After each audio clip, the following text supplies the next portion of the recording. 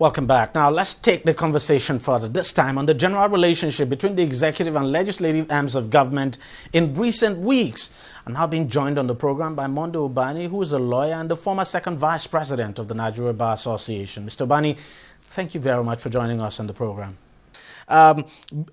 All this while,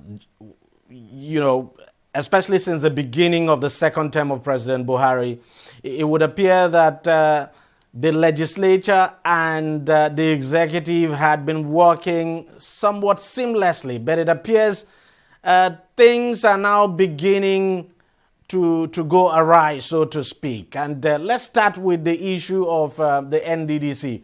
We saw that the altercation now between the Minister of Niger Delta and, of course, the members of the House of Representatives. We've also seen that between, of course, the members of the House of Representatives and the Minister of Labour as well. Putting all of this together, what do you think we're beginning to see a breakdown in relationship between the executive and the legislature? Don't also forget, we also have that between the National Assembly and the Minister of State for Labour as well. Yeah, DEJI, I want to thank you for having me.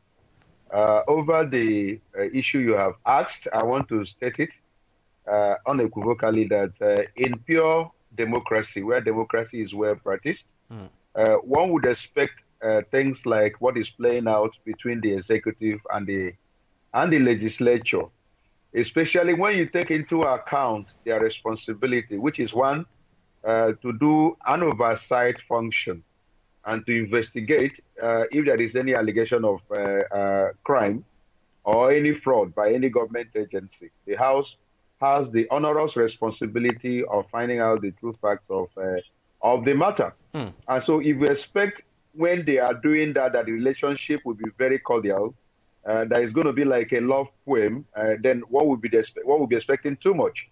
One will expect a situation where there will be altercation like this, or disagreement, but the ultimate purpose is that the interest of the masses, the interest of the citizens should be protected by the people that we have elected to represent us. Now, the executive is there to execute the government policies, while the legislature is there to enact laws and then to do what we call oversight function. And in doing most of this oversight function over the activities of the executive, one would not expect that in all situations that relationship will be that of a love poem where they will come and smile and then laugh over situations. Things like this are clearly expected, especially when you are thoroughly doing what you expected to do, even though people are still arguing whether this all this probe will produce any positive result. And so I'm not taken aback. I'm not ignorant of the fact that even in what we call Senate climb, things like this do happen. You see what goes on in the parliament in the UK and also in US. So it's not always very rosy and cordial. Okay, let's narrow it down to some of the dramas we've actually seen in Parliament. Let's start with that of the Minister of Niger Delta and the lawmakers now. You watched the drama, you watched the revelations made by the minister and the way the members of parliament also took it. Now they have actually gone to court. They've sued the minister, so to speak, for defamation. What do you think would come out of that? To me, going to court over the statement made by the minister, to me, I think they're grandstanding. And the truth of the matter, and DEJI, I'm speaking over a national television, the truth of the matter is that 90% of Nigerians know that there is undue interference of what goes on in NDDC by the national legislators. And that is the truth. Somebody even gave me an information yesterday that there is a particular estate that where legislators are living now, that NDDC is the one handling that on behalf of lawmakers in the Federal Republic of Nigeria. There are so many other contracts, that is known to be handled, even though not directly, but indirectly, held on their behalf by the members of the House. So issue of going to go and sue and all that, to me, is grandstanding. The truth of the matter is that NDDC has always been a honeypot for our political elite. So you were not shocked by the revelations by the minister?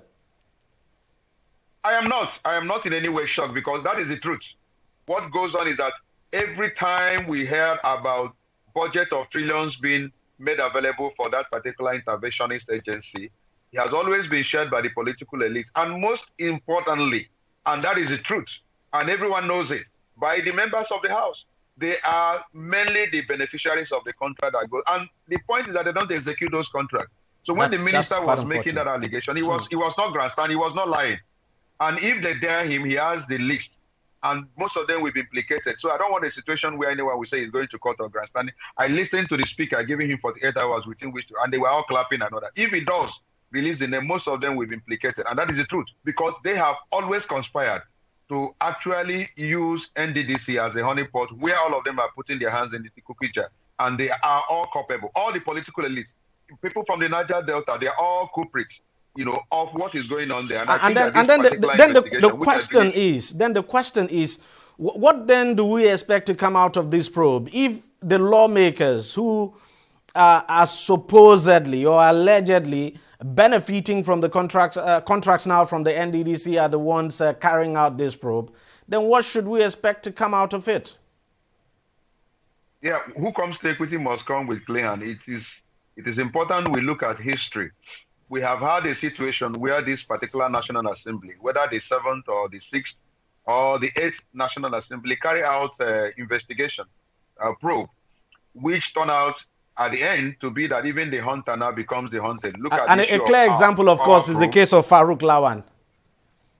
Farouk Lawal, that has to do with oil. And then the SEC, the issue of security and exchange and all that.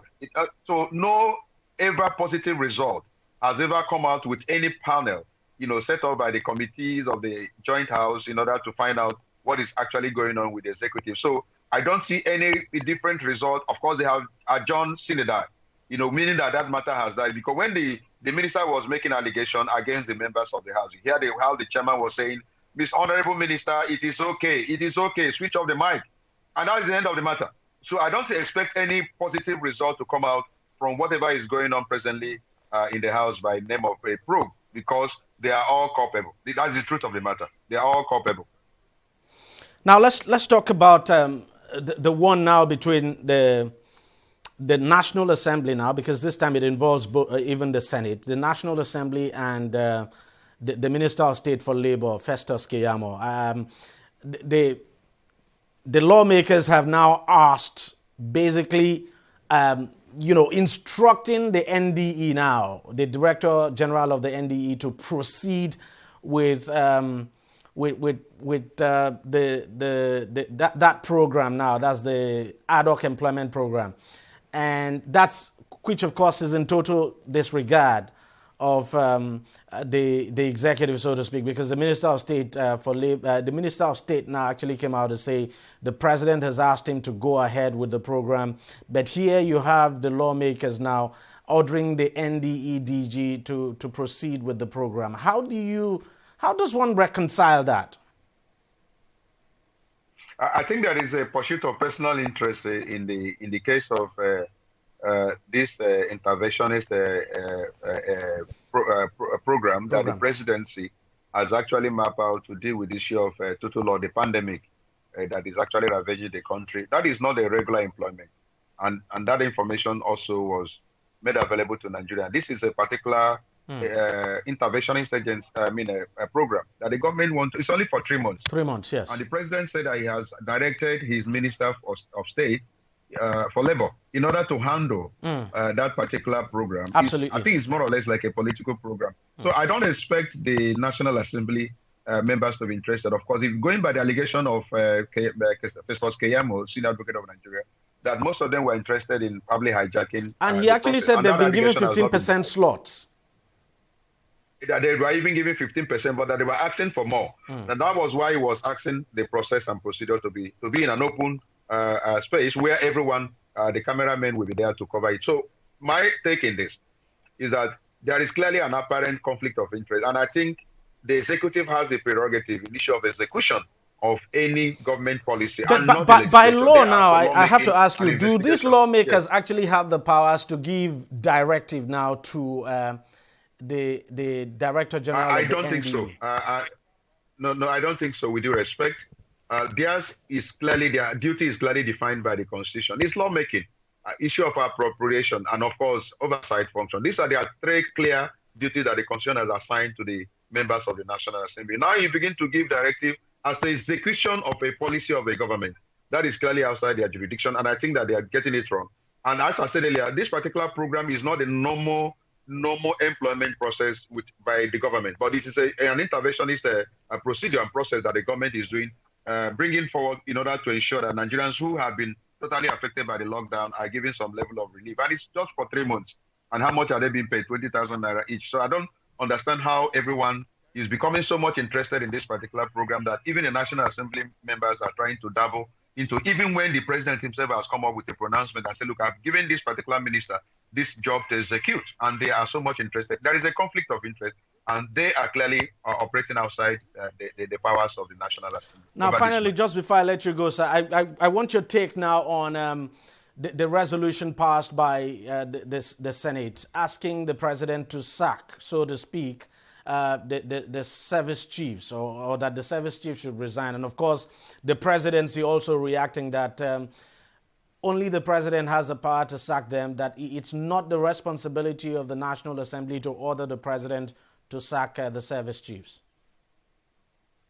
I think the president must understand the fact that nobody is contesting with his powers to appoint and also dismiss. But these people are clearly the representatives of the people. And if they are representing Nigerians, majority of Nigerians in this country, and they have raised fears and have raised concern about the security situation in the country, which is to everyone's knowledge, and that something should be done with regards to the people who are formulating policies with our security situation in the nation. I think the president should pay attention to it. When the president is now boasting and talking that he has the right to appoint and dismiss, and then making it look as if there is a contest between him and the National Assembly members, I think he's getting it wrong. The position is that 90% of Nigerians today are not happy with the security situation in Nigeria. Lives are being lost. There is almost every day an announcement of deaths all over the country by, either the hoodlums, by kidnappers, by murderers, by armed robbers, and of course, by those who we call people who are killing people in the northeast region. And there is nothing that has been done over time to really show that there is effectiveness in handling the issue of state of insecurity in the nation. But, so is there a guarantee that all of these problems will be addressed if the service chiefs were asked to leave? My position, I didn't hear the last question, but I think I'm saying what I asked is, how then are we sure? Because the impression being created in all of this is that, look, all you need to fix the security problem, the current security challenges we're facing, is to sack the service chiefs. At the moment you do that, bring new hands on board, then it's problem solved. Deji, I think that we need fresh ideas. It is a madman that does the same thing over time and expects a different result. We have had these people, in the saddle for almost 5 years, and we have not gotten the level of effectiveness in terms of security management of Nigeria from this set of people. And people are saying, can't we change them? Are they infallible? Are they indispensable? Don't we have other people that can bring fresh idea in order to give us, effective management of our security situation? That's what almost all of Nigeria is saying. But the president seems to be hell-bent on retaining these people, despite the fact that everyone knows that we are not getting, adequate result, positive result with the kind of, confidence we have reposed upon them. And I think the president must take a look once again at what Nigerians are saying, that, look, we are not getting effective, security of lives and property by this set of people. That it is high time we review, their stay in the office and probably look for a set of new human beings that can come in with fresh idea. It's a country of 200 million, for God's sake, and we cannot depend on only few people whose output in terms of work over time have not actually justified their long stay by the president or retention by the president. That is the truth. That is the truth of the matter. All right. Mr. Vani, thank you very much for joining us on the program, and thank you for sharing your thoughts with us. It is my pleasure always, Deji. Thank you. All right. All the best. Well, that's how much we can take on the program this week. We thank you very much for watching. I'll see you again next week. But if you want to watch the program, all you just need to do is go to our website, tv360nigeria.com. You'll see this program and lots more there. You can also follow the conversation on our various social media platforms. Thank you very much for watching. Bye-bye.